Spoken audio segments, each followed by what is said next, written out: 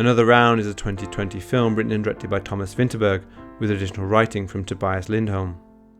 It covers issues such as moderation, handling emotions, and drinking culture. The story covers 4 disenchanted schoolteachers and their plan to increase alcohol content in their blood to enhance social and professional performance. Is alcohol a problem in society, or can it actually be helpful? Are we more capable of handling our emotions while under the influence of a substance, and is controlling its effects an actual solution? Hold da kæft, det der vist en halv promille, vi ryger over. Der findes en norsk filosof og psykiater.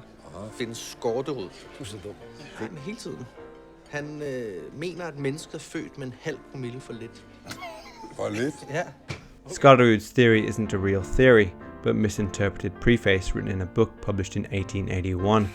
If you're looking for moderation of alcohol intake, then increasing to 0.05% is a moderation, in a way. So many things can be abused by overusage and cause us problems, whether it be food, sex, or time commitments. If you can moderate things that bring us joy and satisfaction and still maintain a healthy, happy life, then that can only be a good thing, right?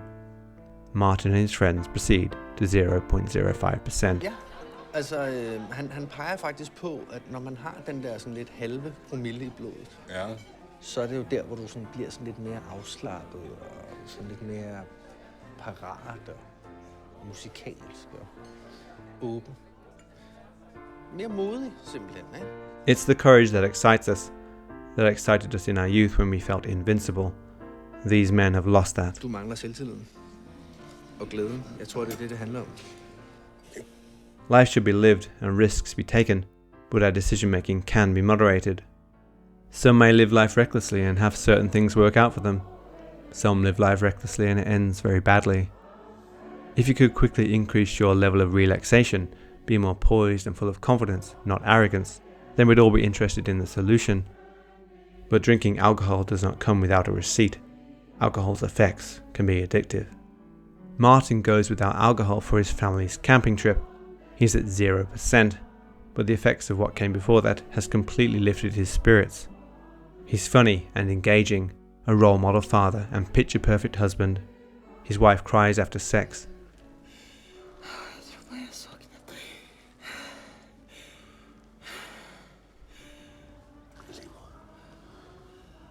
He missed who he was.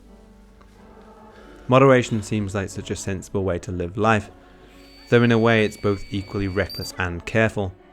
It's straight down the line. Some alcohol, but not too much. Some sex, but not too much. Some greasy foods, but, well, you get it. You can have your cake and eat it too, but not too much cake. If you moderate your fitness routine, does your family life suffer? Or your sleep patterns? How do you juggle 24 hours in a day, work, sleep, eat, exercise, do chores, and still have time to relax and actually enjoy a fruitful life? Can you moderate moderation? Nikolai is teaching psychology to his students. The philosopher Søren Kierkegaard is weaved through the entire film. Nikolai prompts the student, At våge er at tabe fodfæste en kort stund. Ikke at våge er at tabe sig selv. thinking something is holding them back from greatness, the stakes are raised. 0.1% alcohol content in their blood. The whataboutery is rampant, and thinking that if things were this good on 0.05%, then 0.1% could be even greater. Vi er jo ikke de første mennesker i verdenshistorien, der får lidt alkohol i løbet af dagen, hvis det er det. Nej, det vil jeg. Så Hemingway for eksempel. Han drak hver dag. Indtil klokken 8 om aftenen, så stoppede han, sådan, så han kunne være helt klar til at skrive næste dag. Og det blev altså mesterligt, ikke? Så hvis vi skal gøre det. Hemingway wrote some fantastic fiction, but he was no paragon and was apparently quite a volatile person. The men talk about taking it to the Tchaikovsky level, really encouraged and excited about the new them, or the person they'd forgotten existed. Unfazed by any negatives, they still feel in control, despite alcohol clearly changing how they interact. They tell themselves they are not alcoholics as they decide when and how much they drink. An alcoholic can't help himself. More whataboutery. If Hemingway did it, and all these world leaders did it, then what's the harm? Nikolai is impressed, seeing Martin succeed in his class, However, dread seems only another drink away.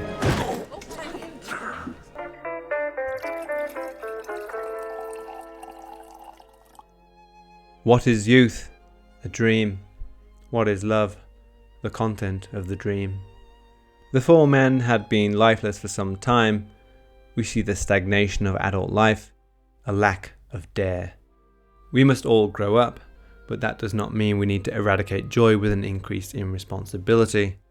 The youths in the beginning take part in the lake race, and it isn't hard to imagine our main characters doing the same thing 20 years prior. Tommy's student Specs scores a goal, a possible highlight of his life so far. A shy but talented child, the kind of person alcohol could help in his future. Perhaps Tommy sees a bit of himself in Specs. Likewise, an older student Sebastian feels the pressure for an upcoming exam, and Peter tries to help him. They drink together and Sebastian succeeds because of the booze. His nerves are a condition he couldn't control. We are human after all, and our nerves are often debilitating. Only with experience do we get better at these things. Like a stand-up comedian's tragic first performance, we fall over before we can walk. Sebastian's exam is even on Kierkegaard. The concept of anxiety and how humans deal with the notion of failing or having failed. Man skal altså acceptere sig selv som fejlbarlig for at kunne elske andre og livet. Time seems to go more quickly the older we get, so we're keenly aware of passing years. The concept of time being wasted is something we are aware of, but surely one's wasted time is best spent not getting wasted. Verden aldrig, som man forventer den.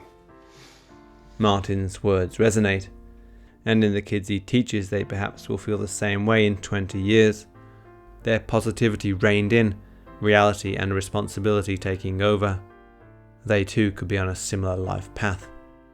Martin argues that alcohol is even behind some great people, Churchill and Eisenhower, the odd success story, but ignoring the millions of lives ruined by alcohol consumption and addiction.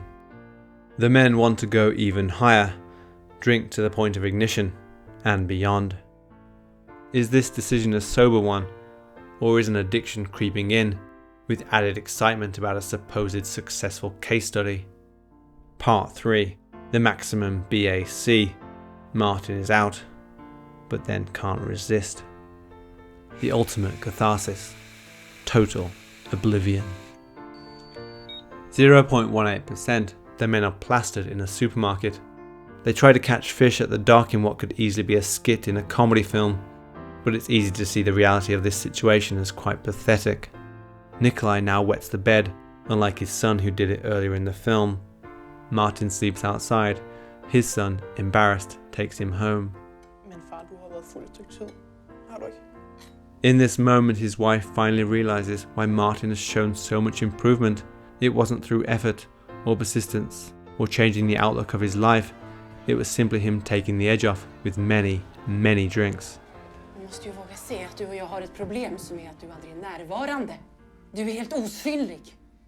His wife admits to cheating on him, which results in an explosive reaction. Total oblivion. With danger of alcoholism a possibility, the study comes to an end, for all but Tommy, who doesn't quit. Tommy, resigned to his existence, having given up on his own life and any possible romance. A solo life, with his only company a pet dog. Tommy, another alcohol statistic. Growing up is something we all do. It's not always getting married and raising 2.4 children. Growing up can simply be getting to know who we truly are, accepting ourselves and striving for personal improvements. Life has a habit of kicking our ass. It's so easy to give up. Vinterberg's film almost seems haunted in a way. A dark shadow follows it around in the guise of fading youth or growing older, but it feels like the loss of his daughter before the film started to shoot really influenced the film. Vinterberg in mourning, the consumption of alcohol being a metaphor for his catharsis. How can I go on? Martin, Tommy, all these characters seem to have this internal conflict. How can I get out of bed and do this all over again?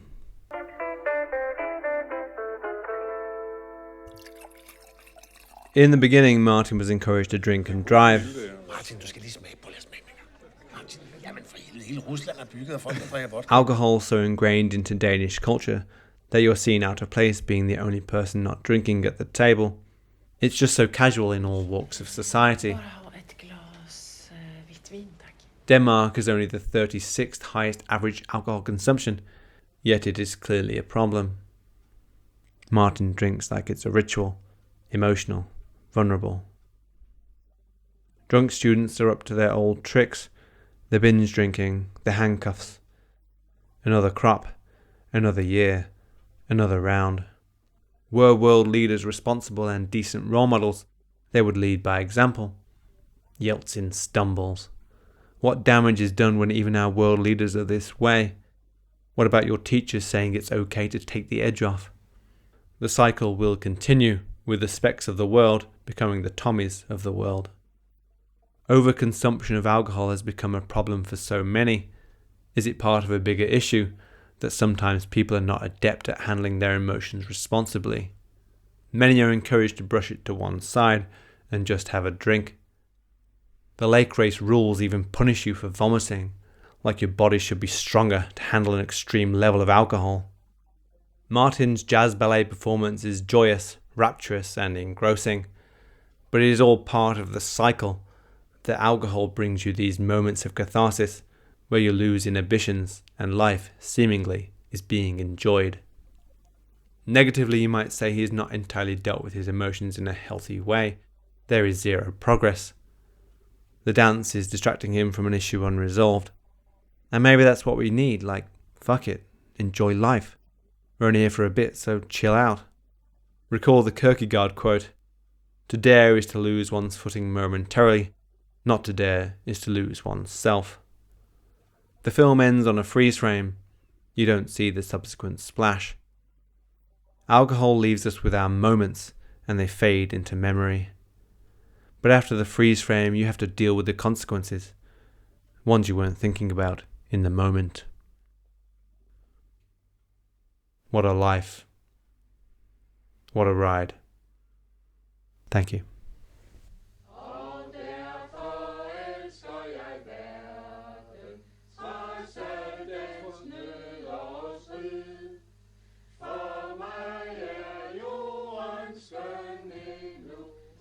Skabelsens ungdomstid.